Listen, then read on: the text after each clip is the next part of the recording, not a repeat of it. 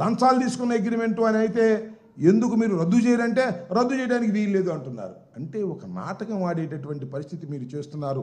6 మాసాల్లోనే మీరు కక్ష సాధింపులు తప్ప అభివృద్ధి లేదు, కక్ష సాధింపులు తప్ప సంక్షేమం లేదు అని ప్రజలు గమనించారు. కేవలం పేపర్లో చూస్తే మాత్రం మీరు చూస్తుంటారు కదా, పోలవరం పరిగెడుతుందంట. ఎక్కడ పరిగెడుతుందో నాకు అర్థం కాల. అమరావతి అమెరికా అయిపోతుందంట. ఎక్కడైపోతుందో నాకు అర్థం కాల. రోడ్లన్నీ బ్రహ్మాండంగా వేసేస్తున్నారంట. ఎక్కడో నాకు అర్థం కాల. పేపర్లో చూస్తే మాత్రం అభివృద్ధి అద్భుతంగా జరిగిపోతున్నట్టుంటుంది. ఒక్క సంక్షేమ కార్యక్రమాన్ని కూడా అమలు చేయనటువంటి విశ్వాసఘాతకుడు నారా చంద్రబాబు నాయుడు గారు. మొన్న ఇక్కడ చెబుతున్నాడండి, సూపర్ 6 అంట, సూపర్గా అయిందంట. సూపర్ 6 అట్టర్ ఫ్లాప్ అయింది, బ్రహ్మాండంగా సూపర్ 6 సక్సెస్ అయిందని చెప్పేసి చెప్పుకుని డబ్బా కొట్టుకునేటువంటి కార్యక్రమం చేస్తున్నాడు. నేను చెప్పదలుచుకున్నది ఒకటే, నారా చంద్రబాబు నాయుడు గారికి భజన చేసే పత్రికలు నారా చంద్రబాబు నాయుడు గారు చాలా గొప్పవాడనేటువంటి ప్రయత్నాలు చేస్తున్నాయి తప్ప, నారా చంద్రబాబు నాయుడు గారు అధికారంలోకి వచ్చిన తర్వాత ఆయన ఏకైక పుత్రుడు పని డబ్బు సంపాదించుకోవడం, వైఎస్ఆర్ కాంగ్రెస్ పార్టీ కార్యకర్తల మీద నాయకుల మీద కేసులు పెట్టి వారిని కక్ష సాధించేటటువంటి ధోరణితోనే ఇవాళ పనిచేస్తున్నారు. ఇలాంటి అద్భుతమైన అబద్ధాల ఆటంలో చంద్రబాబు నాయుడు గారిని మించినటువంటి వ్యక్తి లేడు.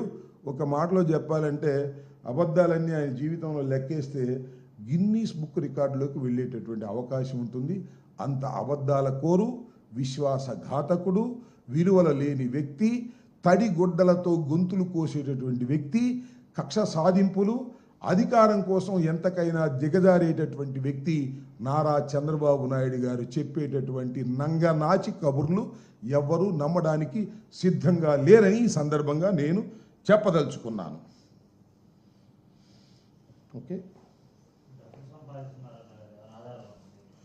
ఆధారాలు ఉన్నాయో లేదో నాకు అదేదే నిన్నేదో ఏడీఆర్ అంట, ఏడీఆర్ఏగా అనే ఒక సంస్థ ఒక రిపోర్ట్ ఇచ్చింది.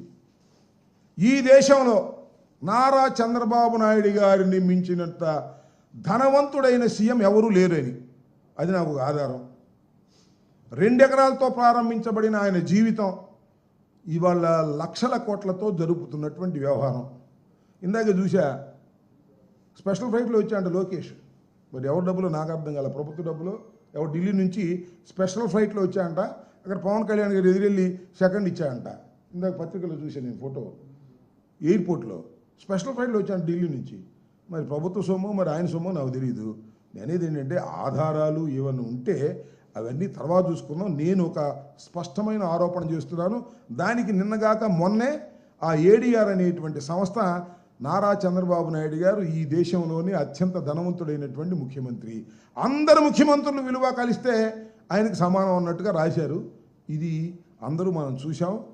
ధనార్జన. నేను ఒక మాట చెప్తానండి, మీరు అడిగారు కాబట్టి.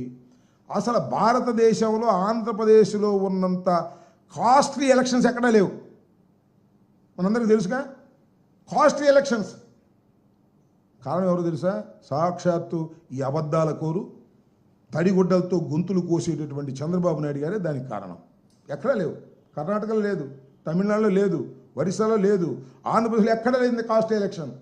కేవలం చంద్రబాబు నాయుడు గారు అధికారం నిలబెట్టుకోవడం కోసం నోట్లతో రాజకీయం చేసినటువంటి దుర్మార్గమైనటువంటి రాజకీయవేత్త నారా చంద్రబాబు నాయుడు గారు. ఎన్టీ రామారావు గారు ముఖ్యమంత్రిగా ఉన్నప్పటి నుంచి నేను రాజకీయాలు చూస్తున్నా. ఎన్టీ రామారావు గారు ఓటమి పాలైనప్పుడు, మరి చెన్నారెడ్డి గారు అధికారంలోకి వచ్చినప్పుడు నేను తొలిసారిగా ఎమ్మెల్యేనయ్యా. ఆ రోజుకి ఈ రోజుకి లెక్కలు చెప్పకూడదు, కానీ ఎంత వ్యత్యాసం అండి ఎన్నికల ఖర్చులు.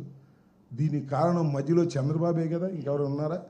ఎన్టీ రామారావును దించి చంద్రబాబు అధికారంలోకి రావడం కోసం అడ్డదారులు తొక్కి డబ్బులు ఖర్చు పెట్టి అనైతికమైన పనులు చేసి ఇవాళ నంగనాచికారు చెబుతున్నా అంత గొప్పోడు లేడు, నా అంత నిజాయితీ పరుడు లేడు, నేను కక్షాదింపులు అసలు ఉండవు, మొత్తం అన్నీ అవే పనులు. ఇంతకన్నా ఏం ఉదాహరణ కావాలని నేను మనవి చేస్తున్నాను.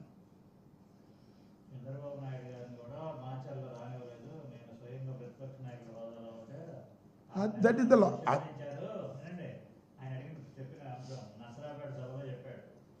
నేను విన్నాను నర్సాపేట సభలో చెప్పాడు.